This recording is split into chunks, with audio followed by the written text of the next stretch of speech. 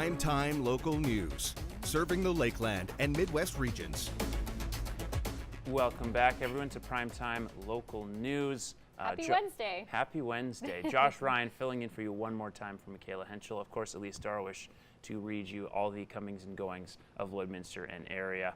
I'll be confined to the couch largely as I suffered a volleyball injury the other day. Yeah. But it should still be a fun You're here, though, show. so that's all that matters. Yeah, I still made it in, so it should be a fun show. A lot of Christmas talk we'll have later on in the show. The kind of shopping season is essentially upon us now. It's a pretty busy time for you, I imagine. Yeah, shopping with family is always interesting, but we kind of just do like a Secret Santa. We'll just pick one because there's so many of us, and then you don't have to buy too many gifts at one time. So it's not too crazy. Absolutely. Yeah, and another thing we'll look forward to enjoying is showing you our escape room escapades, myself and Brittany Matika. And let's go to that now. Today, Josh, Ryan, and I are up for a big challenge. We are going to tackle an escape room here at Border Escape. Yes, Brittany, it's her maiden voyage in an escape room. It's my second chance at it, and we've heard good things about this place. So we certainly have. Now, we're going to find out if we can put our heads together and really solve these clues, and if we'll still be friends when we come out. I think the last part is a for certain thing. But right now, we're going to head back over to the studio and check in with them to find out what's going on in local news. Great, thank you. I look forward to seeing more of that later in the show. Well, snow removal created much discussion at Lloydminster City Council's Government and Priorities meeting this week during the first draft reading of the 2019 budget.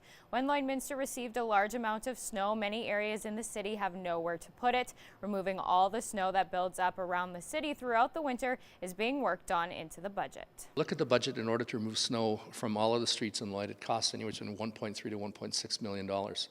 Councillor Dychuk says he heard from many residents during engagement sessions that snow removal was a high priority. I think what we've done is now there will be the full amount will be in the budget in the event that snow removal needs to occur.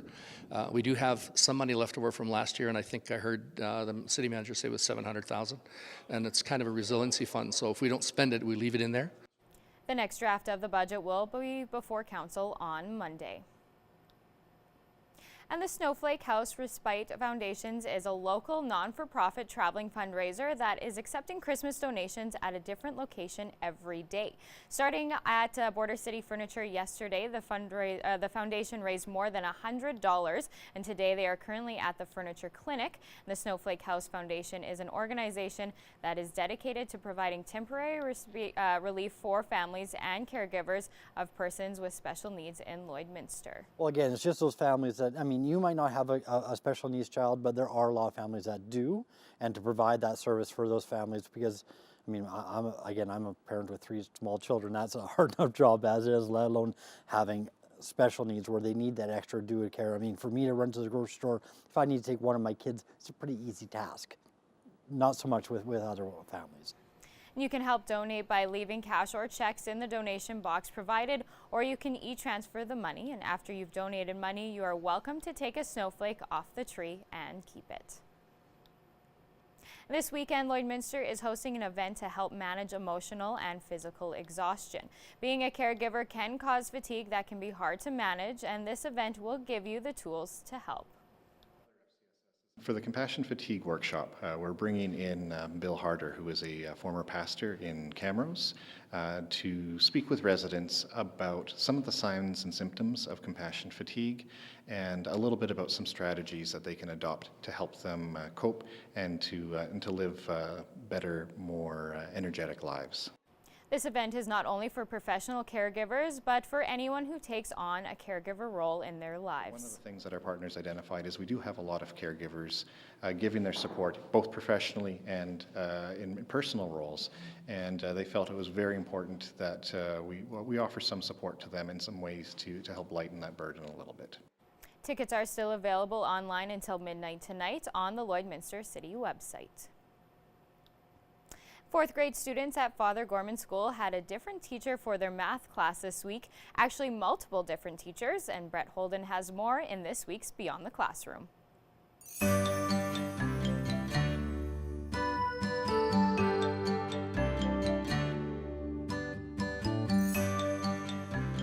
Students at Father Gorman School had other students teaching them math, Lakeland College students that is. So today, the Lakeland College students have come to put on a math fair for all of our grade 4 students here at Father Gorman.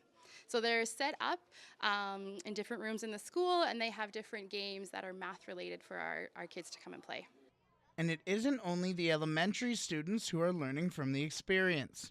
Today we've come to Father Gorman School to have our elementary ed students run a carnival, a math fair we call it, and it's a great opportunity for the university students to build some math games and engage young learners, showing them how to do some basic arithmetic skills in a fun and exciting way. This is also an opportunity that students and teachers don't forget, especially when they used to be students in the math fair. It's great for me to see the Lakeland College students come in.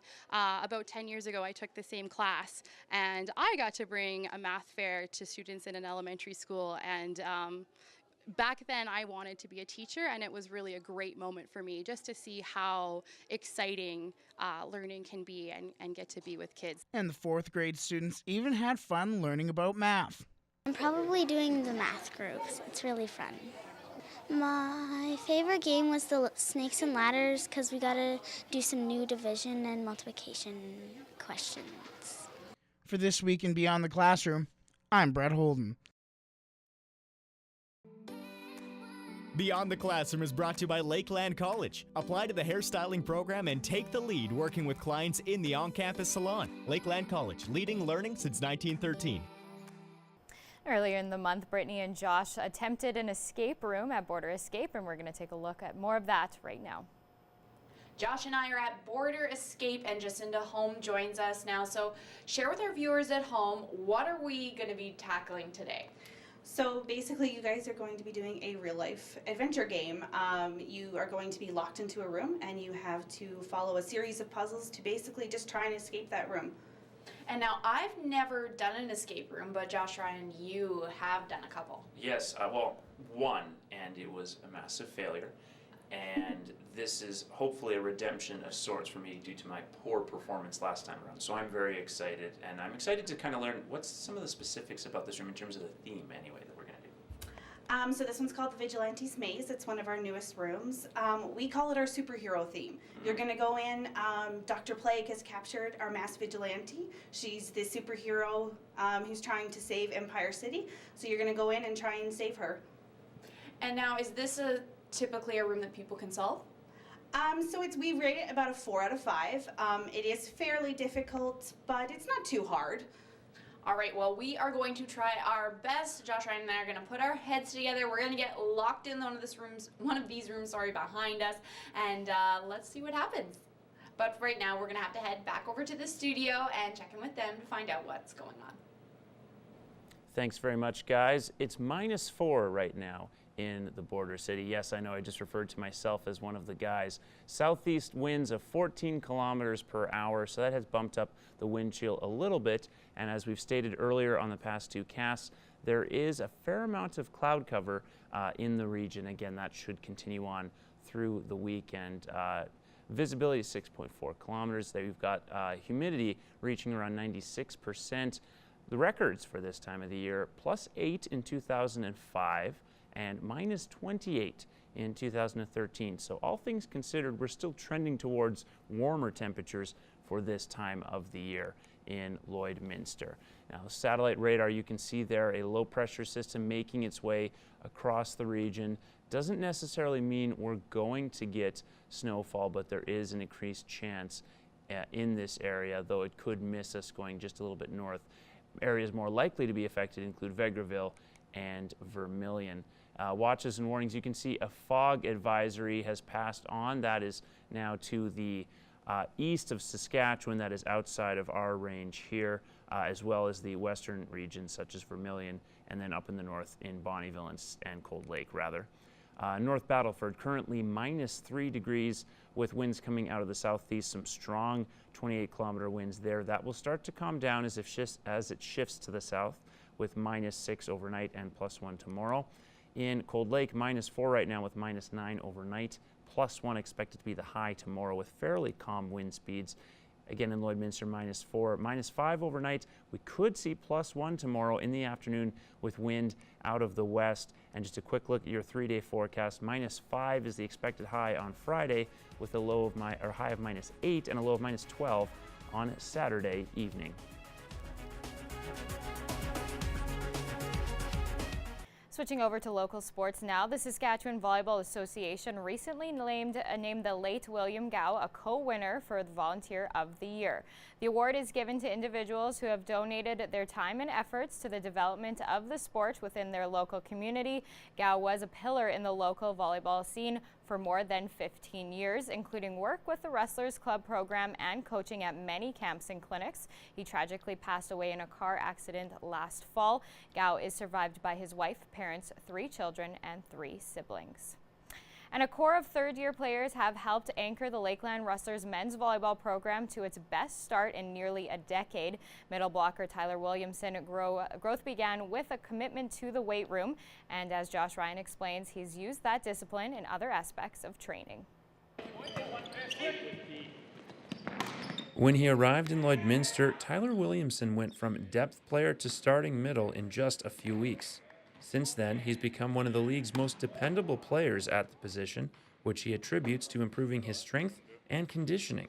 My first year, I became addicted to it, just seeing the results, seeing how much it helped, especially situations where we played a big 5-set game. It shows when you hit the gym and how you react to the 4 sets and the tiredness and the injuries, and it's just a huge role in an athlete's life. Williamson has transferred that work ethic into other aspects of the game, including mental preparation and game strategy. Before, I can't say I was very good at that.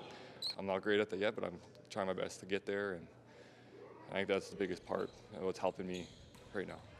Gaining confidence from his improvements has also helped in another facet of the sport, communication, something that doesn't come naturally. I've always been this quiet, shy guy, but I'm trying to be better. And that adds to the continuity the group has early on this season as they continue to receive contributions across the lineup. Giving Jose that option that he has weapons all the way around and then just using them, and I think that's a big key to what's helping our success right now. Josh Ryan, Primetime Local Sports. And now we're going to take another look at Josh and Brittany as they tackle the escape room. Let's do this. Let's go save something. Okay, so early clue is because this is turned off, we have numbers 5, 3, 4, and 7. I don't know what that means. I said, what does that even say? I can't tell. I said some, Yeah. Oh yeah, but oh yeah, and there's like more boxes down here. Oh, and there's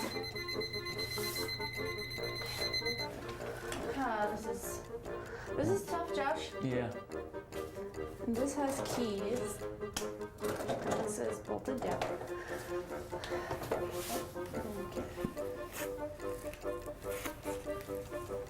Okay, and I looked in that book too. Didn't say anything? This is not easy. I'm already feeling slightly frustrated because we haven't even got one clue yet, and I thought at least we'd start. And Well, I mean, boom, boom, but the numbers there is one clue. I know, but is that the? Okay, there's got to be an easier first. Okay, Josh. I think I have found our first clue. Okay. That makes sense. I got one. Hey. It is a key, and it was in this bottle. So let's try it. So it looks like it has like a kind of a different key to It's it. thicker. Yeah, it's like thicker. That does not look like that one. Does it look like any of these? Yeah, there it is. Oh yeah. Okay.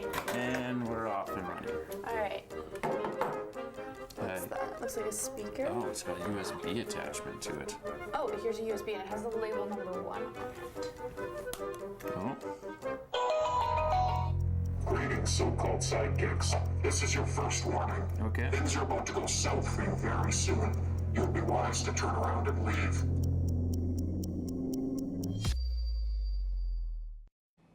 Excellent sleuthing, as you can see, by myself and Brittany Matika there.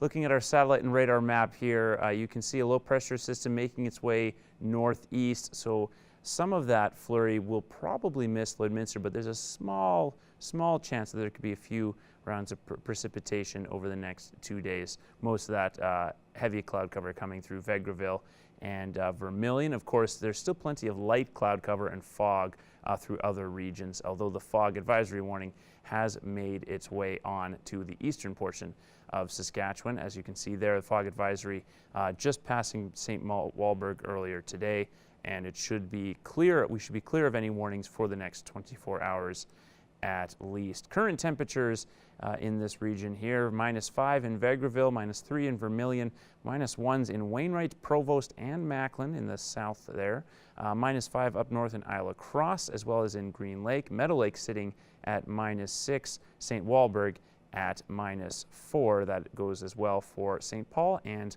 Marwayne.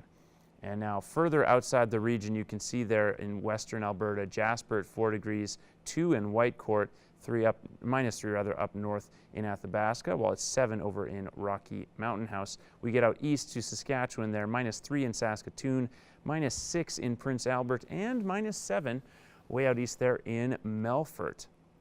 Now North Battleford sitting at -3. We'll double that up to -6 overnight and should get to +1 tomorrow, and the wind will certainly calm down, as you can see there. -4 in Cold Lake, should move to -9 by late in the morning, and then +1 again expected to be the high in that region. Now -5 currently in the border city, should drop down to -5, or stay rather at -5 through most of the evening. And then when the wind shifts out to the west, it'll get back up to +1 tomorrow afternoon. An outside chance as well of getting a little bit of sunlight, which is nice to see.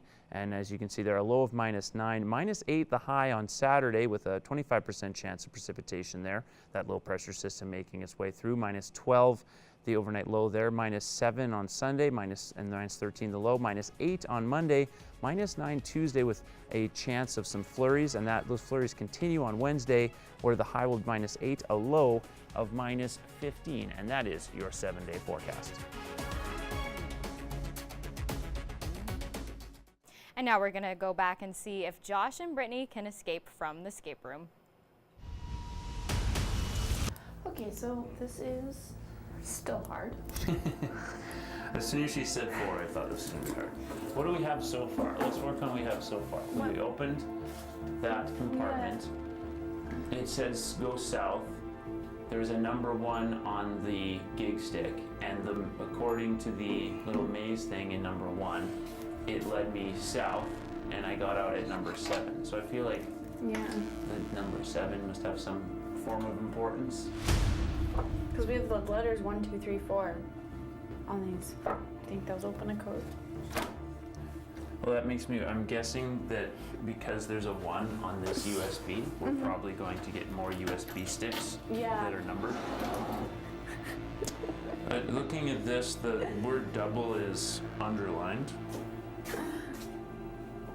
So that could be important, an underline. Okay.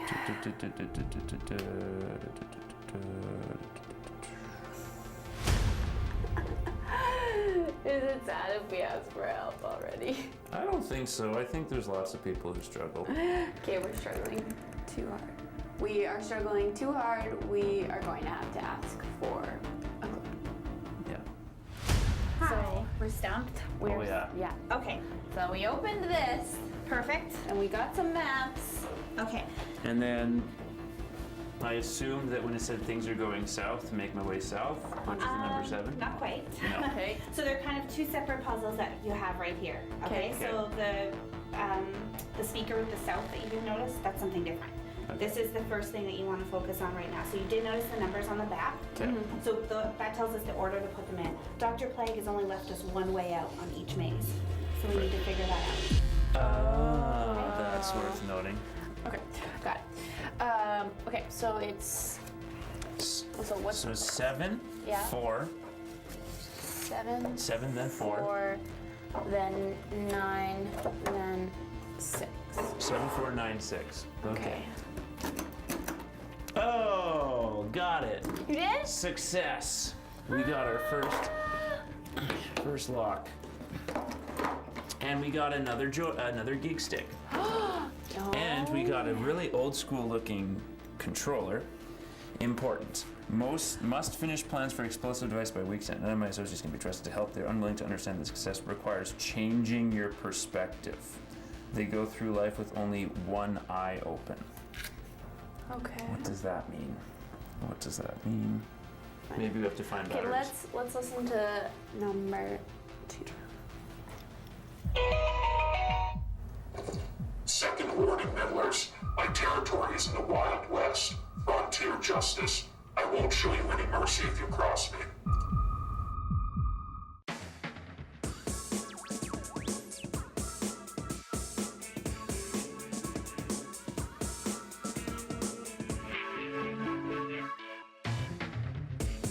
I'm left in such suspense. I gotta at say, the my end of favorite that. part was when she came in to help and she kind of figured it out, and you guys all went, ah.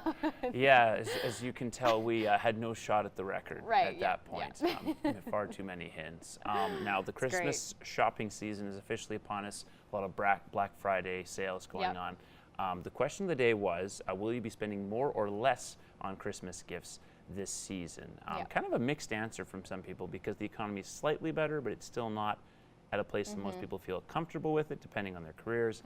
Are you going to be spending more or less on Christmas gifts this year? It's a good question. I think I'll probably end up spending about the same as I did last year. That's kind of what I'm shooting for. With our family and stuff, we end up just kind of doing a Secret Santa, and you just pull and buy one gift basically for the big group. So, and then you just buy a couple here and there. But I don't think I'm gonna overspend anything too crazy this year. Hopefully. You say that always, and then you end up seeing the bill after, but that's my goal. Yeah, my initial thought was I'll be spending less because I have less people to shop for There this you go. year. Yep. However, I found other people I could potentially shop for, so now I really don't know. See, that's when you gotta know when to cut it off. Like, who's getting gifts? You kind of have to cut it off at some point because it could get out of control fast if you're gonna buy for everybody. Absolutely. Yeah. Now, I'm sure lots of people will be spending some of some of that gift money on their pets. And speaking of pets, let's check out today's pet of the day. Look at these pet pad boards. Now, Remington and Moose, sent to us by Crystal. Thank you very much. Those are some cute pups having some fun there. Another duo, Molly and Harley. That's submitted by Megan. Thank you very much, Megan. Those guys look super cute. Prince Jafar von Mauser. What a name. That is, I think we should just give them the award just for the name. Yeah. Tara, thank you for that submission of Prince Jafar. Baxter. Oh, so sweet. Will Farrell would approve of this post, I'm sure. That's submitted by Nicole. And Rose. Rose is absolutely beautiful there. Though, who's in the background? Charisse, I'm guessing, who submitted this post. And remember, anytime you post to one of our social media platforms with a picture of your pet, you can win a free gift card. We want to see your pet. Send photos of your pet and their name to our Facebook, Twitter, or Instagram to have them featured on Pet of the Day. Your name will be entered into a weekly draw for a gift certificate from the Pet Pad.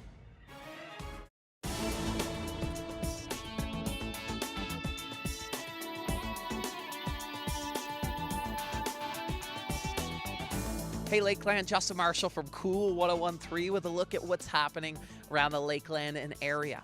Today, we're at the Bonnieville Fieldhouse in the C2, where not this weekend, but next weekend, the Festival of Trees happening for the 12th year. I'm here with the organizer, Doreen.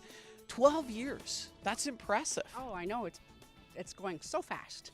And each and every year, I mean, I won the beer tree last year. No beer tree this year, but it just keeps growing and growing. People are really excited. A lot of communities do the Festival of Trees. Why do you think it keeps growing? It gets people out, gets them into the Christmas spirit, and it's just a fun thing to come and see for the kids and for the adults.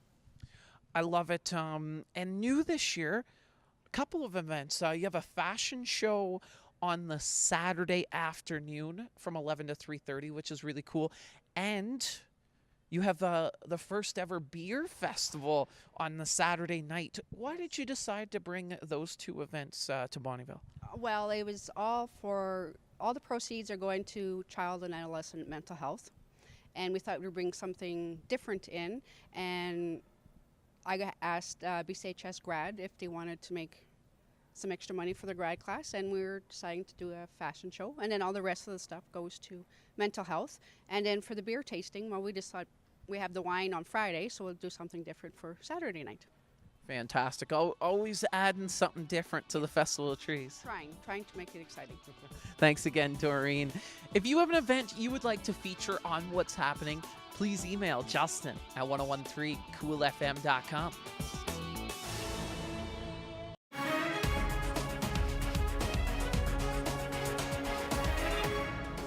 Well, as Canadians, we spend the majority of the year in our coats and our boots and our scarves to keep warm, since it's winter for feels like 9 months out of the year. So to talk about fashionable outerwear is Lauren Weir joining me today for today's trending panel. So thank you once again for coming on. We always appreciate it. Yeah. So let's start with coats. Coats are obviously a major staple for Canadians in winter, and you say there's 3 coats that everyone kind of needs. Yeah, so like you said, we wear our coats for a long time, so they become a pretty integral part of your wardrobe and your outfit. So first of all, I mean, it is about warmth. We need to stay warm in our -30 temperatures. So I would say the long, my first suggestion, the long black puffer coat. Length provides you just that much more warmth. So do something that goes to at least, just above the knee. With the puffer coat, I would say still want to get one that's somewhat fitted, so you're not feeling like a marshmallow when you're wearing it. And also, I have one that has like a removable fur piece on the hood, so it's almost like I feel like I have 2 coats in one, and I can kind of change it up. So that would be one. Second one, I would say everybody needs a trench coat, and I would do that in a neutral color, so maybe a black, gray, a beige tan color. The thing I like about those is you can just throw it on with jeans and a boot, and you kind of feel like you've thrown together a nice outfit, or you can really dress it up, whether you're wearing it to work or a night out or an event of some kind. You can kind of do it that way. The trend we're seeing with those right now is kind of like a higher collar on them, one that you leave kind of popped up. And then I would say my third option is, if you have those 2 already, then you can kind of do a third option where either you add in a color or like a fun pattern, but you just have to be careful it's not going to be something that you're going to get sick of, because we tend to wear them for a long time, and ideally you're not investing in a coat every single year. So those would be my 3 kind of top picks. Awesome. And would you recommend making an investment in a coat? Absolutely. I mean, number one, you do need it to be warm. So expect to spend a little bit of money on it. And like I said, for me, I'm not going out and buying a new winter coat every year. That's just not realistic. So yeah, I'd say you're going to invest and hope that it lasts you for a while, for sure. All right. So let's move on to footwear. I mean, some of the cuter things are maybe not so practical, but there are other options to keep your feet warm and going outside other than like a pair of Uggs, which maybe are not so trendy anymore. Yeah. So what would you recommend for footwear? Yeah, so I think actually right now we're kind of lucky that if you're going for a more casual look, the old like Sorel boots have made a comeback. The only thing that they've really changed is they're more of like an ankle cut on them now. But they're super, super warm. They are expensive though. You're probably going to spend $150 on them minimum. That being said, this is embarrassing, but I still have my Sorels from when I was in grade 6. Wow. Which means, number one, my feet haven't grown for a long time. But number two, that's a good quality brand. Yeah. I mean, I only wear them for like, skidooing or whatever now, but they're a great brand. If you can find a Sorel, Wind River, Sport Check, Mark's Work Warehouse, they all carry a great line of those. So these are definitely the things to invest in. And lastly, you can always accessorize your outerwear with a scarf, but really we're seeing a lot of hats right now. So what would you recommend? Yeah, I just think the toque right now, you're kind of seeing like the looser fitting slouchy toque. Sorry, people like to call it a beanie. I still call it a toque because I'm Canadian.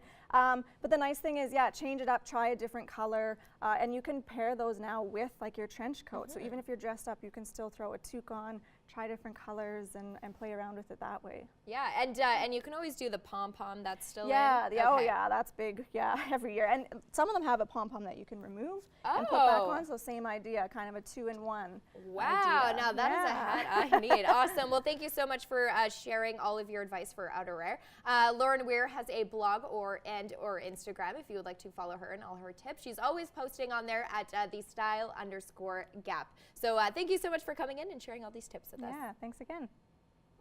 And now we're going to check in again with Josh and Brittany to see if they can escape the escape room.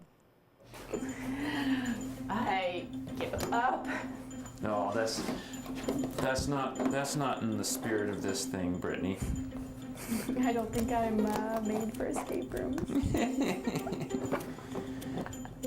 Josh is good at this, though. He's doing an excellent job. Yeah. I guess so. Not really. I think there's something really obvious that's missing. Okay, at I'm this trying. point. But they said the new perspective. Finished plans are supposed to be everything. They go through life with only one eye open. I feel like we need to think of this more. I'm just gonna walk around with one eye open. All right. That's a great visual.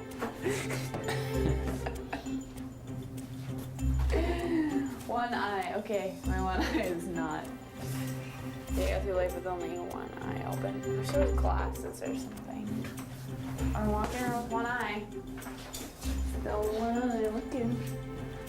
Let's think of what's available. We have those two pictures, two people riding really large wheeled bikes, Yep. and kids playing in a playground. Mm-hmm. And the kids playing the playground one and specifically came with important. Must finish explosive device by week's end. Requires changing your perspective. They go through life with only one eye open. Do you know what the white wavy line part is supposed to be? No, but I tried using only one eye on it. Let me try again with my one eye. Oh man. No. Okay, we got this box open. Okay. So this is actually one of the puzzles that most people need help with. Okay, that makes me feel better. So I see you walking around with one eye open. So you do have to have one eye open, but you want to change the perspective of the paper that you're looking at. Three, two. Okay, there's 4 numbers. Okay. I feel dumb because we should have gotten this one. It's right there in front of us. Got it! Yay! And what's in there? Another gig stick? Oh, gig stick and batteries. Okay.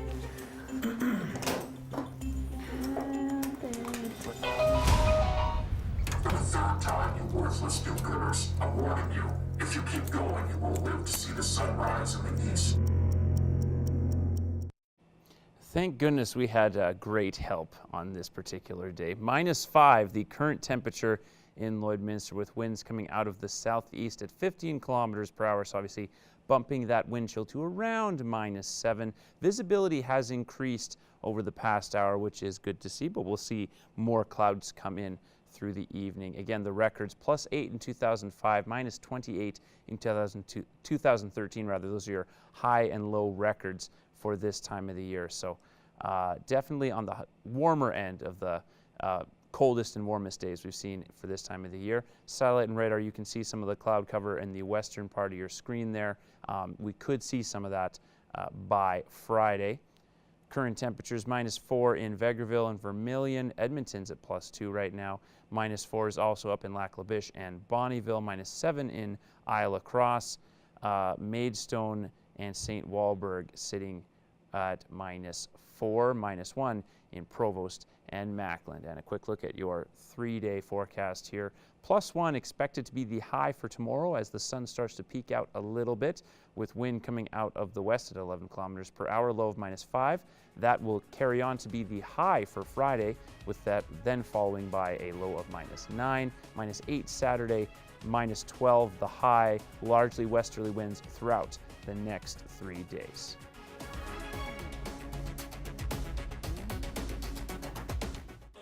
And now we're going to take a look at Josh and Brittany, who are tackling the escape room.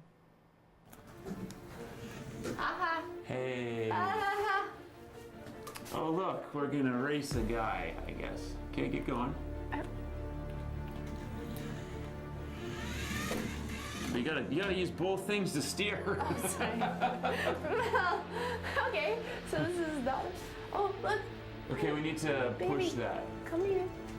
So, angle it a little more to in front of hitting the thing. Okay, go. You got her. That's it. Push it. Push, push, all the way to the end. All the way to the end. Hey! Hey! Oh. Okay, that was the coolest thing. Excellent driving skills, Brittany. Very, very smooth driving skills. Yeah. All right, we're making progress, dog. Let's go. Okay. Open her up. We got that clue all by ourselves. That one. Well, we had to get the other one first. Okay. Hey, okay, so We we made- found a key and we found our Yeah, we're still within range. Okay. 4 words undone. Call, door, scoot, and mutt. Call, door. Let me go back to this guy.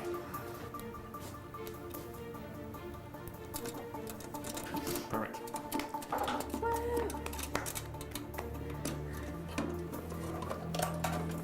We got another picture. Actually, another 2 pictures. I'll give you that. Okay. Do you think it's gonna give us another direction? If I had to guess. This is your final warning. I'm from the south side of town, but we're not afraid to get tough. Come back now. Progress made. Can't wait for you guys to see the finish.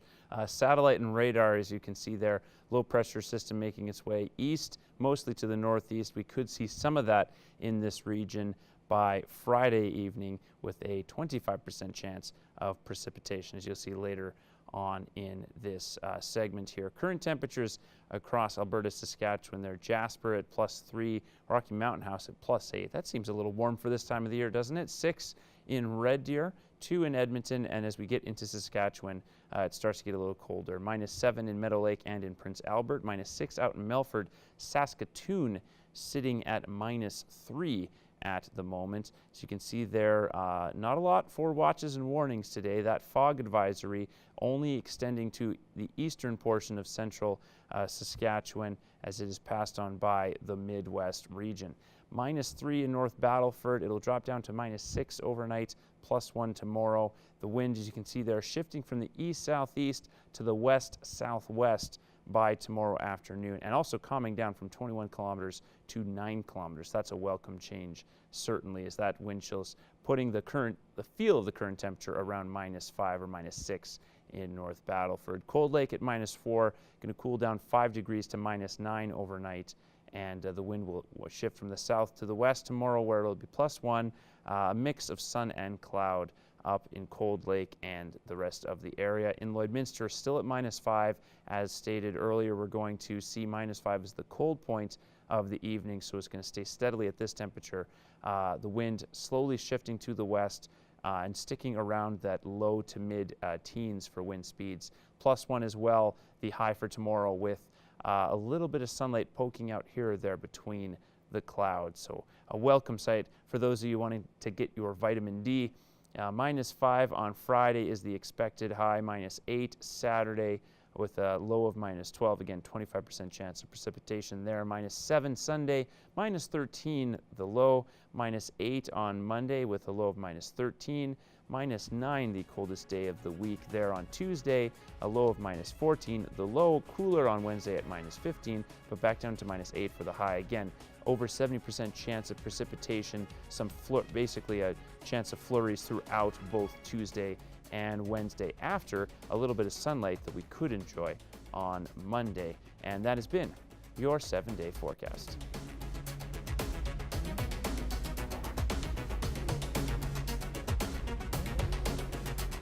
And now we're going to check in again with Brittany and Josh, who are at the escape room. This is your final warning. I'm from the south side of town, but we're not afraid to get tough.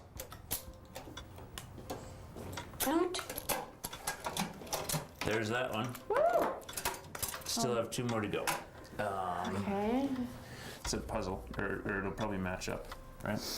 Here, Okay. put it on this table.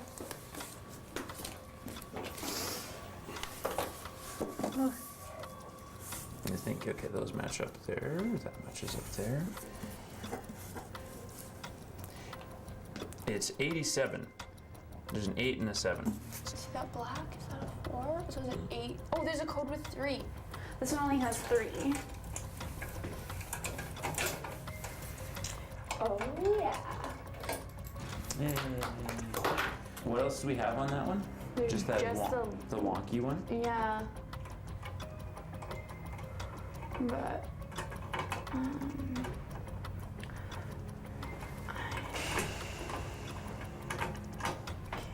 okay. I just don't know what the code would be. We're so close. We're so close, and yet so far. So we have this one left. Okay, so with this one, you're going to want to focus on your fan. So we have the colored numbers. I know it seems kind of weird because we have letters on this one, so we're going to go with the colors that are right here. Ah. Whoa, okay. And Why then didn't the I last one think is a of blank. that? You can use the blank. Wow. So dumb. I would Am never I? have thought of that. Wow, that's... I see, I feel like I should have noticed that there were color differences, and I didn't. And then maybe you pop it and it opens. Okay, got a key. It's a big key, so I would say go for the one immediately to your left. Nope. Yeah. Yep. Captain America's shield, what else is in there? That. Oh, it's a frisbee. It's a frisbee. Can I see this for a second? Yeah.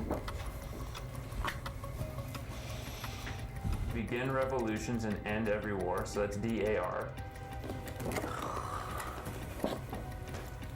We got one, ish. We had to help getting there, but a lot of toolboxes in this joint. Another little key. Let you do the honors. Okay. Is that this thing here?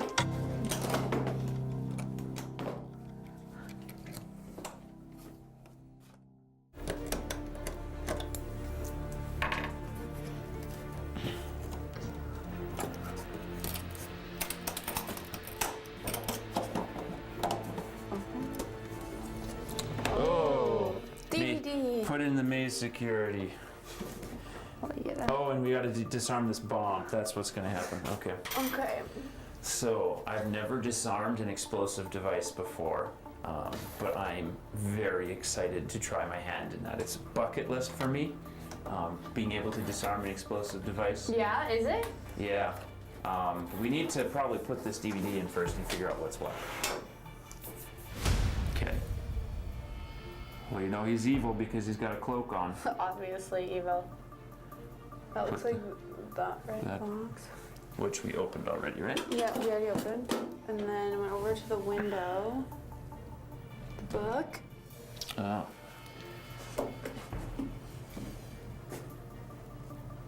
No book.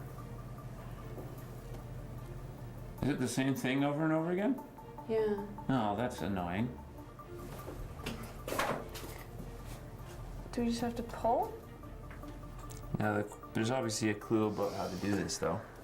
Because we got 1, 2, 3, 4, 5 wires. Where's the clue for what we do? I don't know. Look at the book. Just Need gonna- some rest. Oh, I haven't plugged out the first one, right? How do you know? Because it didn't say try again. Oh. Okay, good. Hang on a second. Let's plug it all back in.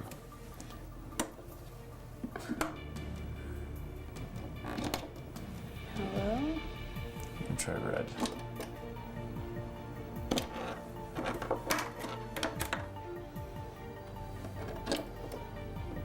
Yeah. I don't know if I'm doing this right, though. Bomb defused. Escape. Number sign. Oh! Yay! Didn't need any help to do it either. Well, that was a blast. Brittany Matika back on set with us to revel in the joys that was our experience at Border Escape. We escaped the escape room, and as you saw, I really didn't think I was going to get out. I think my favorite part of the whole thing was just watching Brittany's frustration level increase the entire time. I think that was probably my favorite. Josh stayed surprisingly just calm and cool the whole way through, so yeah. Yeah, I tried to be the unemotional, rational one, while Brittany provided all the flair right, of course. Of the event. It was my first time ever doing an escape room, Yeah. and it definitely was like a new experience. Josh had done one before, which was good. So, but one thing I learned about escape rooms is that like each one can have like different clues. Like the one we did had like particular types of clues, but like some of them have different ones. Isn't that your experience as well, Josh? Yeah, some of them are very, like, the details are often different with each of them. Some of them are pretty basic visual clues, and others you have to actually kind of really put a lot more process into it. Our problem early in this particular one, as you probably guessed, was overthinking a lot of the basic ones. Once we actually got through the basic ones, it became easier after that. Yeah, and I think like our two heads together were a pretty good combination, but I actually wish that we almost had like 3 or 4 of us. Like if I was to do one again, I think I would definitely do it in a group. You can definitely do it in a group, right? And there's different themes, right? I've never been to an escape room either, so you can do different themes. And how many people can you kind of bring in to do that? It depends on the size of the room, obviously. Yeah. That one would be tough with, a party of 8. Yeah, it'd be a little crowded. It also, you can have one I did in Saskatoon was kind of the theme of you were stranded in a winter storm, and you ended up in a cabin where mysterious stuff was going on. Interesting. So how many times did you guys end up having to ask for help? I kind of lost. Was it 3? track. Was it 3? Oh, I mean, we had no help at all. I just said it at the end of the video there. No, it's 0 hints. Okay. No hints. We just had a friend who came and brought us coffee and then left. Yes, okay. I wanted that's help. what it I was. wanted a lot of help. Yeah. I don't know if my patience level would be high I was enough actually for like, those. I think that an escape room would be a really good team building exercise. Because I think that like I got frustrated with myself being like, why can't we figure this out? Like everyday people do this all the time. Yeah. Like I think they said that room was rated like a 4 out of 5, and I was like, oh yeah, we're totally gonna. Yeah. I thought we were gonna breeze through, and we did. Did you guys? How much time did they give you for that? An hour An hour. specifically. And if you don't ask for clues, you have a shot at getting to a record time. But every time you ask for clues, then that brings down your points. I think it's 3. Once you've asked 3 times, you're officially done. Gotcha. Now we have another important thing to talk about before we go away, and that is the departure of our beloved Brittany Matika. Greener she's Pastures. leaving us. Just maybe really quickly, just where you're off to. I'm Saskatoon. going to Saskatoon. So my time here in Lloyd has been wonderful, and I love our news team. You guys are great to work with, along with everybody else in the newsroom. But unfortunately, I am leaving and will be joining Global Saskatoon. Yeah. Well, we wish you the best. That's very Thank exciting, you. and I personally loved working with you. You were a blast, and I think one of my favorites. When you said you were leaving, I was kind of going through some of the lives that you did, and I think one of my favorites was the cheerleading live when they kind of threw you up. That was probably one of my favorite adventures to watch. My heart was beating so fast, and like I rewatched it, and you couldn't really tell, but there was so much fear in my eyes. Oh, for sure. Which one was one of your favorites that you did? Where you were at? Cheerleading was fun. Yep. Line dancing just yesterday. That was great. The escape room was awesome. Yeah. You got to do a lot of cool stuff in the city in a short amount of time. And you forget that as well, Brittany was with us before this year when you came as a practicum student. So it was kind of exciting when you came this summer going, oh yeah, we know Brittany. She was with us last year. You got to do more than a few cool shoots, certainly. When your practicum time as well that summer. That's true. I've now done 2 stints in Lloyd. There you 2 go. stints. And I've loved every minute of it. So thank you to you guys and everyone at home for having me.